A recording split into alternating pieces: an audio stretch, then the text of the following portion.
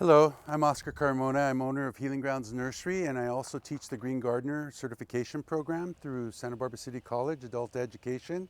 And today I'd like to talk to you about composting and mulching. Compost and mulch, first of all, are organic material in different states of decomposition.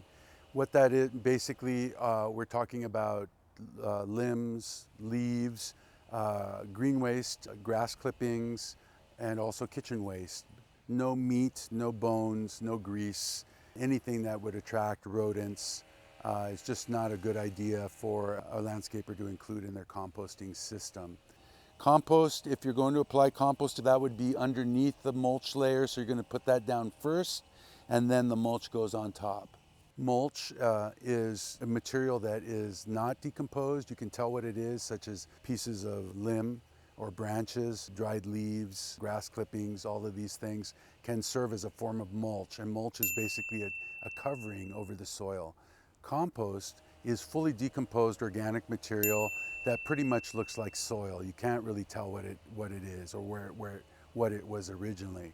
And so the compost is basically an amendment to the soil that gets placed underneath a layer of mulch, and together the two provide not only a source of nutrition, but they also provide weed suppression, moderates the water, keeps the water in longer, keeps the weeds down, keeps the soil open, keeps the mud down in case it rains. There's many wonderful benefits to using mulch that any savvy gardener needs to avail themselves to.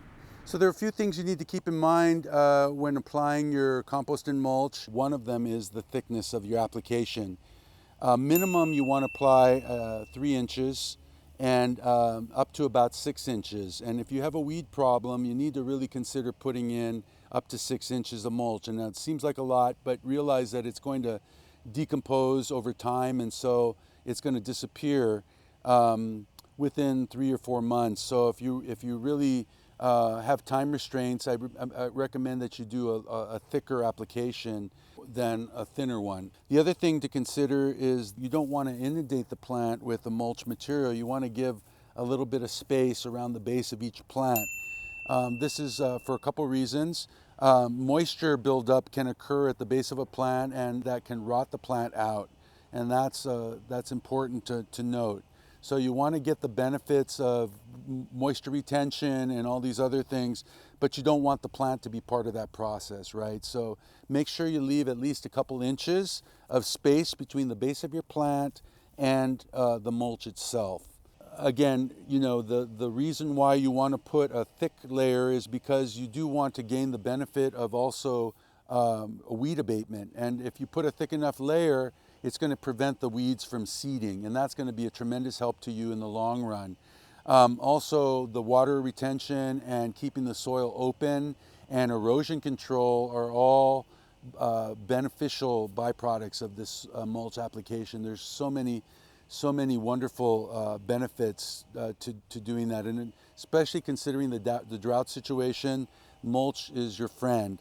Another thing to think about is how often to mulch. I think most people are surprised when they come back after 2 or 3 months and see relatively little mulch material on their soil, almost as if somebody came in and removed it. In reality, what's happened is that material has decomposed. So it's a good idea to reapply your mulch seasonally. So just about every 3 months is good if possible. That way you maintain all the great benefits of your that you're getting from the mulch applications year-round.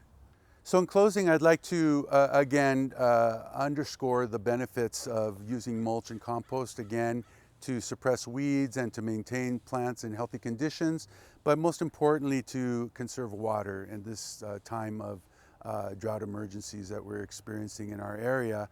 And if you want to know where you can get this material, I recommend you contact the transfer station here in our area. The material is free to the public. You can take a truck up there and get it, or you can have them deliver it to your home at a relatively low cost.